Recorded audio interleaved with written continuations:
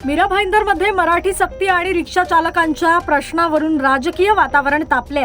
भाईंदरमध्ये झालेल्या बैठकीत गुणरत्न सदावर्ते यांनी राज ठाकरे यांच्यावर टीका केल्यानंतर मनसे कार्यकर्ते आक्रमक झाले। यावेळी घोषणाबाजी आणि शाब्दिक चकमक झाली। पोलिसांनी हस्तक्षेप करत काही कार्यकर्त्यांना ताब्यात घेतले, मात्र सदावर्ते यांच्यावर कारवाई न झाल्याने मनसेने पोलिसांच्या भूमिकेवर सवाल उपस्थित केले आहेत। अविनाश जाधव यांनी पोलीस ठाण्यात जाऊन नाराजी व्यक्त केली असून यापुढे मनसैनिक गप्प बसणार नाहीत असा इशाराही दिलाय। दरम्यान संपूर्ण परिसरात तणावाचे वातावरण निर्माण झाले असून कायदा सुव्यवस्था राखण्यासाठी अतिरिक्त पोलीस बंदोबस्त तैनात करण्यात आलाय। मनसैनिकांवरती काल गुन्हे दाखल झाले, काय सांगाल? मला असं वाटतं की कालची जी घटना आहे, सदावर्ते नावाचा एक तुकार माणूस हा स्वतःच्या प्रसिद्धीसाठी प्रत्येक ठिकाणी जातो, मराठी भाषेबद्दल मराठी नेत्यांबद्दल सतत वाईट बोलत असतो।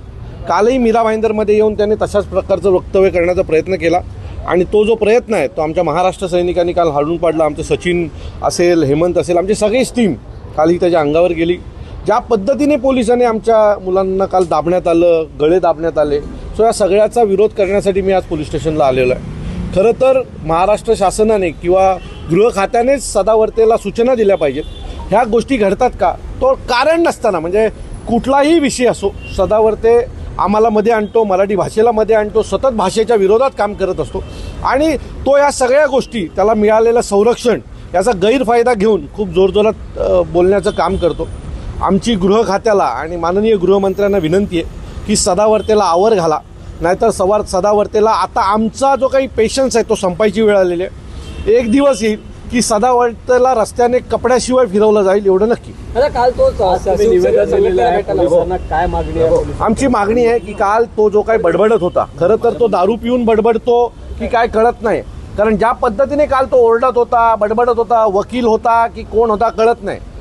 मला असं वाटतं की ज्या प्रकारे त्याचं बिहेवियर आहे आणि जो तिथे तो बडबडत होता त्याच्या विरोधात देखील आम्ही आता तक्रार केलेली आहे आणि त्याच्यावर गुन्हा दाखल झाला पाहिजे अशी मागणी आम्ही आता नवघर पोलीस स्टेशनला केलेली आहे। अपेक्षित आहे की आज संध्याकाळपर्यंत याच्या बाबतीत योग्य ती कारवाई होईल।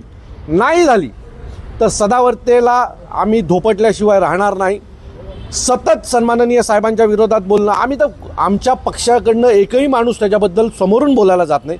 तो दरवेळेला काय घडलं की सुरुवात सन्माननीय साहेबांपासून करतो, मराठी भाषेपासून करतो आणि हे जाणून बुजून तो आम्हाला भडकवण्याचा प्रयत्न करतोय।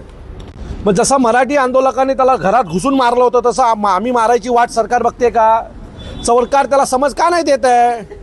काय जाणून बुजून आमच्या अंगावर? त्याला अपेक्षित काय आहे की आम्ही भर रस्त्यात त्याला कपडे काढून मारावं, हे त्याला अपेक्षित आहे का? आमचा एकही नेता, एकही कार्यकर्ता सदावर्तेच्या बाबतीत नावही समोर न घेत नाही, पण हा सतत सन्माननीय साहेबांबद्दल मराठी भाषेबद्दल जे काही बोलायचं काम करतोय हे त्याला आम्ही घरात घुसून मारावं या दृष्टीने त्याचा प्रयत्न आहे। म्हणजे आणखी 4 पोलीसवाले त्याला संरक्षणाला मिळतील असं काय त्याचा प्रयत्न आहे की काय, हा आमच्या मनात आलेला प्रश्न आहे। मी पुन्हा गृह खात्याला विनंती करतो की या सदावर्तेला आवर घाला। हा आम्ही त्याच्या अंगावर न जाता सतत सन्माननीय राजसाहेबांचं नाव घेऊन महाराष्ट्रामध्ये वातावरण खराब करण्याचं काम करतोय। जर गृह खाता याला समज देणार नसेल तर आम्ही कायदा हातात घेऊ आणि आमची लाताबुक्क्याची भाषा जी आहे ती त्याला समजावून सांगू। मराठी सक्तीची